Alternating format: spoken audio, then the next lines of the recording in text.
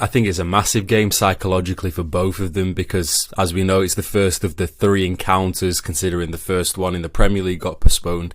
And it's just the fact that I want to know exactly what kind of lineups they want to do, because I do feel like both of them have all their eggs in the Premier League basket in terms of, I feel like if they could allow the FA Cup to be gone, the Premier League will be the one that they want to get over each other.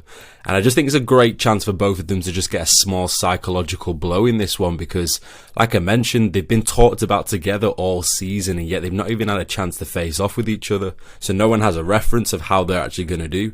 But if you look in the past, Guardiola and Arteta, they've faced each other 7 times in all competitions since Arteta took over at Arsenal. And it's resulted in 6 wins for Guardiola and only 1 for Arteta, and that came in their FA Cup winning season, which was around 4 years ago.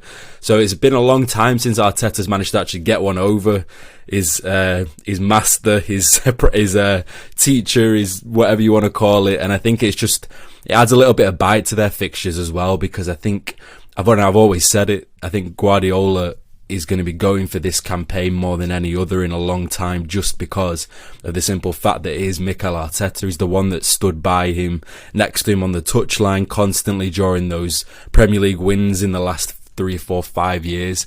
And as well for City, I mean, they've got a really good FA Cup record where they've finished in the semi-finals of the FA Cup in each of the last 4 seasons. So the tide kind of weighs a little bit more with City on this occasion, but again, it's a different kind of Arsenal they're going to be facing. So I do wonder if they're going to do a more weaker side to try and not allow them to see what kind of tactics they're going to play against each other. But to be honest, you have to go for it in these ones, and I don't think either one of them are going to want to take first blood to the other team. So I think it's going to be a really interesting one.